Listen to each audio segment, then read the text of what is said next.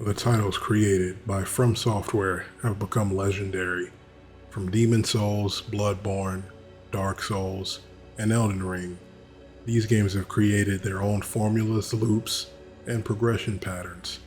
At first, they were niche games relegated to debates about whether they were better than Skyrim or if they could stand on their own. I think in today's world, we all know what they truly are and the value in them.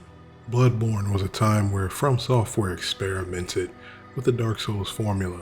It was brutal and the world was dark, but the feeling was still there. But there was a twist: firearms. This one weapon would make all the change.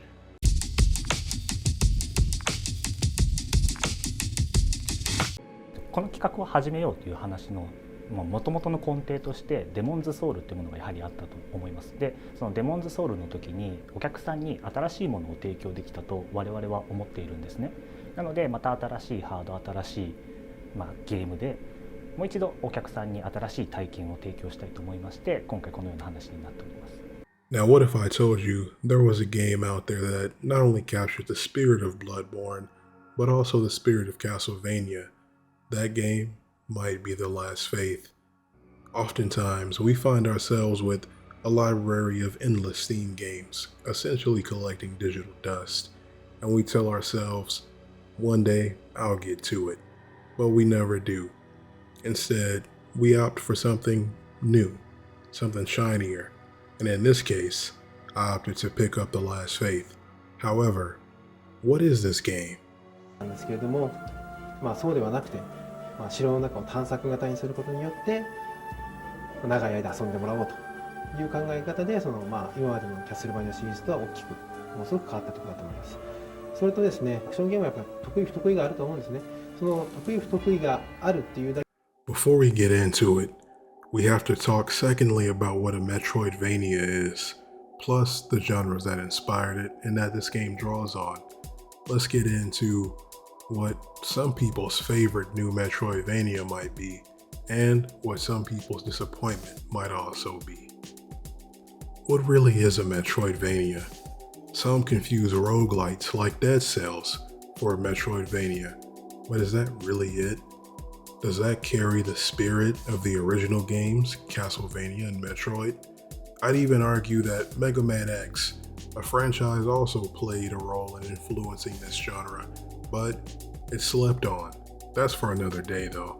Metroidvanias historically were represented by the two games that they're named after. In more recent times, they're represented by games like Hollow Knight. They often have a wonderful world to explore, usually waiting for you to just discover a new ability and find some secret hidden boss that you've yet to discover, or give you a new hidden ability. The key components of these games are always an open world structure, character progression, non-linear exploration, backtracking, and the boss battles. Good thing that a story isn't listed here, because I sure don't remember the story in The Last Faith. The character progression in this game takes a tone similar to Dark Souls. In a lot of other Metroidvanias, you hardly even have a leveling system, and if you do have one, it's kind of barely there at all. In this game, not only do you have a leveling system, but you have attributes. These are kind of akin to something you'd find in Elden Ring or the other games I've mentioned already. They also allow you to build whatever kind of custom class that you'd like to build. I had a time recently playing a high strength and high dex warrior because my favorite personal weapon was the scythe. But if you enjoy magic, there is a class and a system for you, which makes me think about one of the good parts about this game, and that's the boss battles. Bosses in The Last Faith range from standard, very large, gothic enemies, and you'll probably wonder how they managed to get such amazing looking bosses in a 2D format, and they also go down to what they call the Stargazer, an enemy that you'll see reoccurring in the game. The enemy that I had the most fun fighting was in fact the Stargazer, because he'll use every ability that you can use, and he always gives you a new ability or skill after you've defeated him. I found that I had a really fun back and forth with the Stargazer, and I wasn't as much of a fan of the big bosses. One, because some of them repeat, meaning some of the hidden bosses are just tougher variations of some major bosses that you fight in the game, and once you discover their pattern, you can kind of get them and pull their card, basically. It's typical big boss battles, but in these games, I find I often prefer a humanoid enemy, as it allows for better self-expression, creativity, and it forces you to utilize your movement a lot more than some massive attack or some fire tornado and ice beam shooting at you where you just hide in a corner until it's over. Now, the bosses, that ties into something else, exploration, because as I mentioned before, when you defeat a Stargazer, you gain a new ability. This unlocks a key component of a Metroidvania, the exploration. When you finally beat a boss in one of these games, you often receive different abilities in this game, being the wings or the double jump, something that you'll also find in Blasphemous, or in Metroid, you gain the ability to turn into a ball and explore previous areas you hadn't explored before. In 9 Years of Shadow, you gain abilities to go through tubes and turn into a snake. In Castlevania, you have your double jump and your dashes. This game also shares those features with the wings, basically allowing you to get to new parts of the map that you couldn't previously access, allow you to fly your way up, climb your way up, and also jump your way up to get to backtracking and to get to exploring some of that stuff that maybe you missed, which will allow you on new items, but secret areas with hidden boss fights as well. To get to more of the meat and potatoes of this game, are you a fan of Berserk? Do you enjoy dark media? Do you like watching stoic Instagram reels with ambient music in the background and you hate corporate life? Then this is the game for you. The environment is very dreary, and it held that tone for the entire game. The world isn't colorful. The colors do seem to be dulled down a tad bit. This takes you to a gothic and inflicted world. The enemies seem to be inflicted by some type of curse, and there is a lot of them. And there's a great diversity of them. You'll have a lot of fun really being able to test out your abilities against them, which I find in a lot of games like this. Sometimes you get a new ability and you've killed all the enemies, so you have to force them to respond. But rest assured, in the Last Faith, there is no shortage of enemies to fight. Following up on the environment, it feels perfect, but to me, it felt too perfect. The place that appealed to me the most was a city where there seemed to be a live war going on, and if you played the game, you'll know exactly what I'm talking about. As soon as you enter the city, you hear explosions, you see cannons, and you see cannon fire raining from the city itself, from on top of the skies. It was an interesting way that they approached the city, because in order to get into the heart of the city, you have to go underground, and you have to bob and weave and go in sort of tunnels and go into a hidden part of the city that allows you to make your way fully inside of it. Other than this environment, a lot of the other environments felt like a place that I'd already been in other games. I mean, you have your dark woods, you have your strange parts that have a lot of water resources, you have your dark, nightly, gothic city, you have your gothic fields with enemies in them, and your flying enemies and spikes. One thing I really didn't like about the game that when you fall on spikes, you die. You don't lose a bit of health and then have to jump over them again, you die.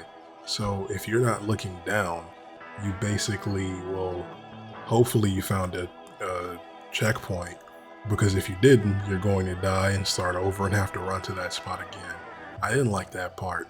The environments were good, but they didn't really feel like they had the correct creativity to them, like in Blasphemous, when those environments felt more Berserk-like, where they felt like it was something strange that you wanted to see more of, or that you were in some kind of ethereal world.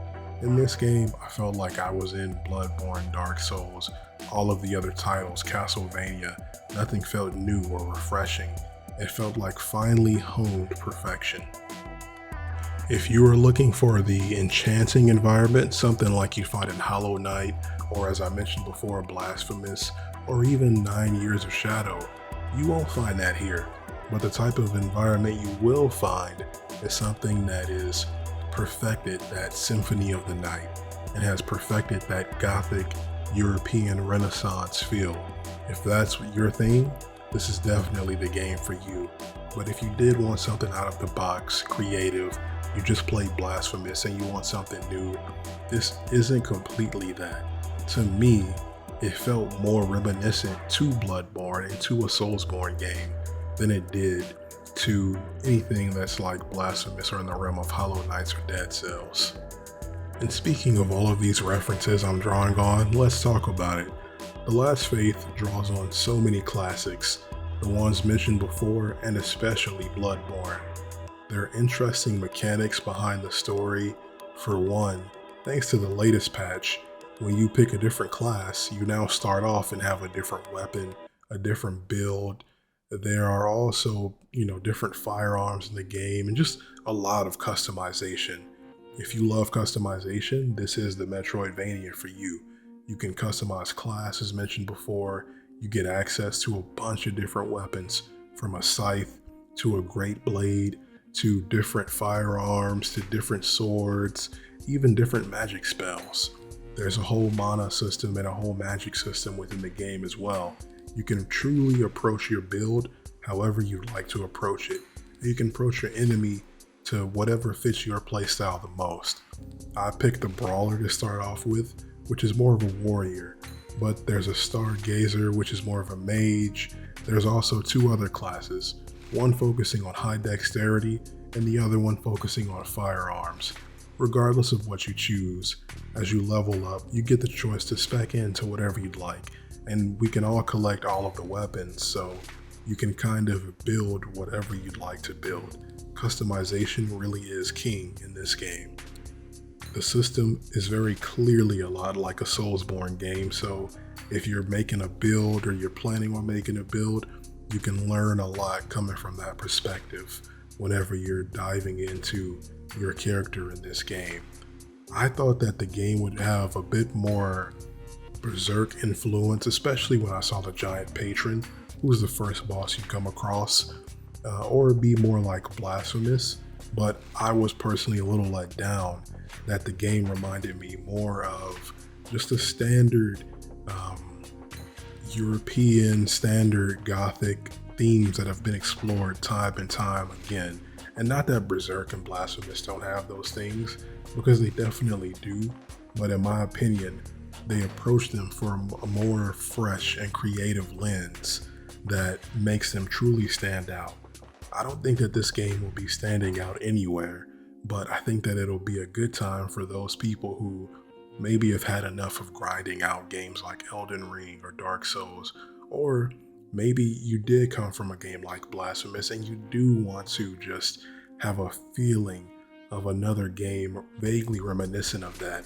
And I think that those people who are just looking for that Metroidvania that can remind them of Castlevania and is relative to something that they've played, or those people coming from Soulsborne games, you'll definitely like this game and you'll have a decent time playing it. And speaking about the customization in terms of character building, there's also the enemies, the fights, the moments that you spend using your character. As I mentioned before, you have a multitude of weapons to pick from, and the bosses, some of them have very straightforward and easy to understand patterns. If you've played these games, you'll know exactly what I mean. To those of you who haven't played the games, it's difficult to explain exactly what I mean, but imagine a fighting game, a character that has a lot of gimmicks, somebody who is like a Potemkin. Now, if you play Guilty Gear and you fight Potemkin, a floor 6 Potemkin is very standard, very by the books.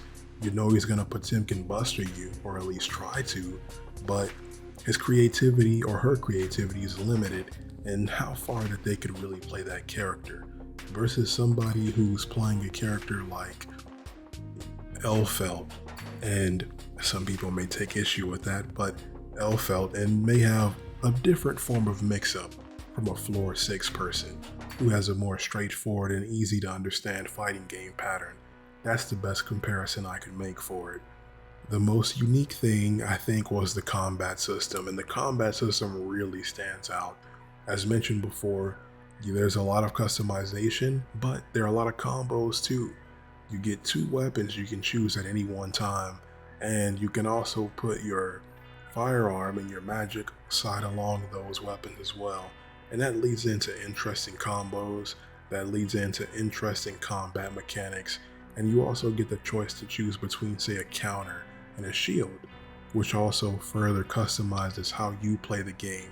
I think the combat system, to me, is the thing that stands out the most, because in a genre with Hollow Knight and with Blasphemous, combat is not really a core focus most of the time, maybe an exception on Blasphemous for sure, but in this game, combat is super emphasized and it's super customizable, and it's pretty fun, to be honest.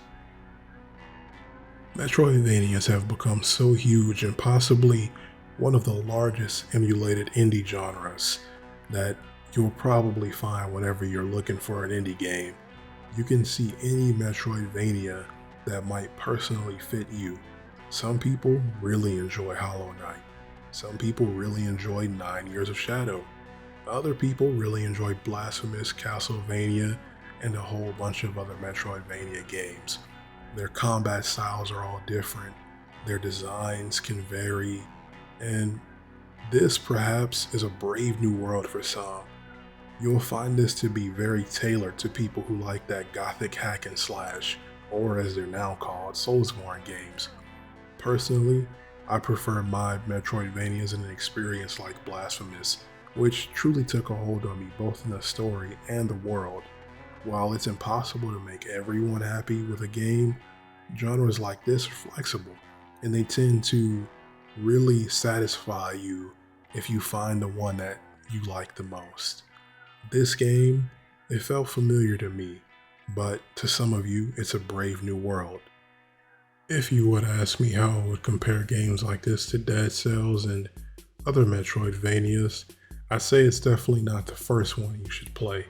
Instead, I'd say try Hollow Knight. But if you were asking me, do I recommend the game? I say that you could find a Metroidvania based upon what you really enjoy, whether it's something like Hollow Knight or actual Metroid or Blasphemous. For me, if you're coming from a Dark Souls and Elden Ring perspective, this is the game that'll get you into Metroidvanias. I personally prefer a world where the miracle is at work. I can see how somebody could get multiple playthroughs, and they allow for that with the customization, but it wasn't for me. If you like a gothic and Germanic world with a little bit of Christian influence, this game can be found on Steam for $30. Check it out. It's 75% Soulsborne, 25% Metroidvania. The combat is what really did it for me. The story was quite honestly forgettable. Very interactive fights, and they'll captivate you as well. It never got me like Blasphemous did, but let me know in the comments, what's your favorite Metroidvania? Did you like The Last Faith? Also, let me know what other Metroidvanias that you deeply enjoy and why. Until next time, remember to like, share, comment, and subscribe. That's the only way we grow.